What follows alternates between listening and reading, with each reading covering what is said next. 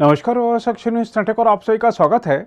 देश में एक और कर्नाटक विधानसभा के चुनाव हुए तो ठीक उसी समय देश में संसदीय और विधानसभा सीटों के लिहाज से सबसे बड़े राज्य उत्तर प्रदेश में नगरीय निकाय चुनाव कराए गए। चुनाव से पहले तक कर्नाटक में बीजेपी सरकार थी और उत्तर प्रदेश में तो बीजेपी की सरकार है ही। इसलिए यह देखना महत्वपूर्ण हो जाता है कि दोनों राज्यों में मुस्लिमों ने किधर मतदान किया। देखा जाए तो दोनों राज्यों में चुनाव से ठीक पहले कुछ संबंधित घटनाएं भी हुई। कर्नाटक में बीजेपी सरकार ने मुस्लिमों का 4% आरक्षण खत्म कर दिया तो कांग्रेस ने वादा किया कि हम सत्ता में आते ही यह आरक्षण बहाल करेंगे। इसके अलावा कांग्रेस ने अपने घोषणा पत्र में बजरंग दल को प्रतिबंधित करने का वादा कर दिया, जिसे बीजेपी ने बजरंग बली का अपमान बताते हुए चुनावी मुद्दा बना लिया। इसके अलावा उत्तर प्रदेश के प्रयागराज में गैंगस्टर अतीक अहमद, उसके भाई और उसके बेटे के मिट्टी में मिल जाने की घटना को विपक्ष खासकर समाजवादी पार्टी ने ऐसे प्रस्तुत किया कि योगी सरकार अल्पसंख्यकों के खिलाफ है। इसके अलावा यह दोनों चुनाव इस बात की भी परख हो गए थे कि प्रधानमंत्री मोदी के सबका साथ सबका विकास के मूल मंत्र पर उनकी राज्य सरकारों के कामकाज को मुस्लिम मतदाता कैसे आंकते हैं। चुनाव परिणाम आए तो कर्नाटक ने खूब चौंकाया, क्योंकि मुस्लिमों के 82% से ज़्यादा मत अकेले कांग्रेस को चले गए। इसलिए यह सवाल उठा है कि क्या बजरंग दल को प्रतिबंधित करने के वादे का मकसद मुस्लिम मतों को अपने पक्ष में लामबंद करना था। वैसे कांग्रेस घोषणा पत्र समिति में शामिल नेताओं ने इस बात की पुष्टि कर दी है कि इस मुद्दे को आखिरी मिनट पर घोषणा पत्र में डाला गया ताकि बीजेपी इसे बड़ा चुनावी मुद्दा बना सके। कांग्रेस की घोषणा पत्र समिति के सदस्य रहे एक नेता का कहना है कि बजरंग दल वाली बात जानबूझकर डाली गई थी, जिसका बाद में चुनावी लाभ मिला। कांग्रेस के एक नेता ने कहा, हमने घोषणा पत्र का 2 सेट तैयार किया था। एक को कांग्रेस के शीर्ष नेतृत्व को अप्रैल के पहले सप्ताह में दिया गया और दूसरे को पहले घोषणा पत्र के 1 सप्ताह बाद तैयार किया गया। कर्नाटक विधानसभा चुनाव में 9 मुस्लिम उम्मीदवारों ने जीत दर्ज की है और ये सभी कांग्रेस से हैं। चुनाव परिणामों से ऐसा लगता है कि मुस्लिम वोट कांग्रेस के पक्ष में एकजुट हुआ। कर्नाटक के कुल मतदाताओं में मुस्लिम मतदाताओं की संख्या करीब 13% है।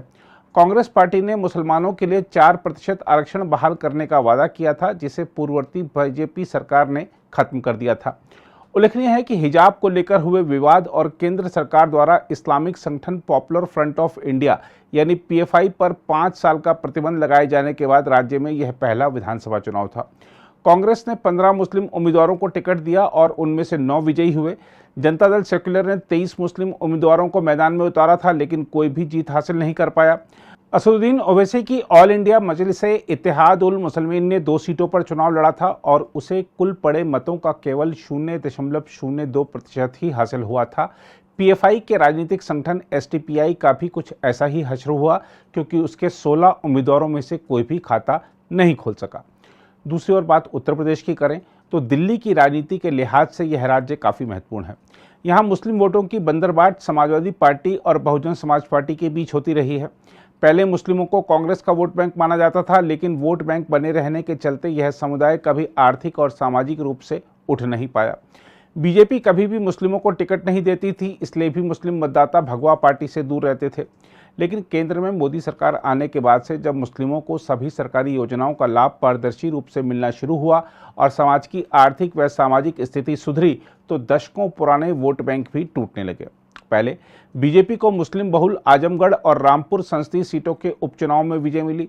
उसके बाद रामपुर और स्वार विधानसभा सीटों के उपचुनाव में भी विजय मिली। यह दोनों ही सीटें मुस्लिम बहुल हैं। रामपुर में जहां बीजेपी उम्मीदवार ने जीत का परचम लहराया था, तो वहीं स्वार में बीजेपी की सहयोगी पार्टी अपना दल सोनेलाल के उम्मीदवार को जीत मिली। मुस्लिम बीजेपी के करीब आए तो बीजेपी ने भी अपनी मुस्लिम विरोधी छवि को तोड़ने की कोशिश के तहत उत्तर प्रदेश के नगरीय निकाय चुनाव में 395 मुसलमानों को टिकट दे डाले और इनमें से करीब 45 उम्मीदवारों ने जीत भी हासिल कर ली। अब बीजेपी इसको लेकर उत्साहित है और उसका मानना है कि पार्टी के प्रति मुसलमानों के बदलते रुझान का असर आगामी लोकसभा चुनाव पर भी पड़ेगा। हालांकि मुख्य विपक्षी दल समाजवादी पार्टी और कांग्रेस ने बीजेपी के दावों को गलत बताते हुए पूछा है कि क्या बीजेपी आगामी लोकसभा चुनाव में भी मुसलमानों को टिकट देगी। देखा जाए तो अगर मुसलमान बहुल सीटों पर भी बीजेपी शानदार जीत दर्ज कर रही है, तो यह दिखाता है कि अल्पसंख्यकों के मन में बीजेपी को लेकर तमाम आशंकाएं समाप्त हो गई हैं। अब वे अपने विकास के लिए बीजेपी को वोट दे रहे हैं और बीजेपी के प्रति उसके मन में अफवाह फैलाने वालों की राजनीतिक दुकानें बंद हो गई हैं। देखा जाए तो जिन मुस्लिम बहुल इलाकों में बीजेपी के उम्मीदवार नहीं जीते, वहां पर वह दूसरे स्थान पर रहे हैं, जबकि समाजवादी पार्टी तीसरे या चौथे स्थान पर पहुंच गई है। इससे जाहिर होता है कि मुसलमानों का वोट धीरे धीरे बीजेपी की तरफ जा रहा है। इसके अलावा जो लोग इस तरह की अफवाहें उड़ाते हैं कि उत्तर प्रदेश में सांप्रदायिक सौहार्द अच्छा नहीं है, उन्हें जरा अयोध्या के परिणाम देखने चाहिए। अयोध्या में महापौर पद पर फिर से बीजेपी की जीत के बीच नगर निगम के हिंदू बहुल वार्ड में मुस्लिम युवक सुल्तान अंसारी ने पार्षद के पद पर जीत दर्ज की है।